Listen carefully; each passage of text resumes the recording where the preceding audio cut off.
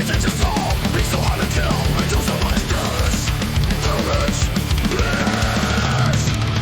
Seriously, you look like a robot war squad finalist. How is it possible? You're worse than that. Fucking giant robot playing madness. We should have taken you out first, you stupid little cunts. I'm a tactical dust cone. Who's the scientist in you? Why don't you little bastard?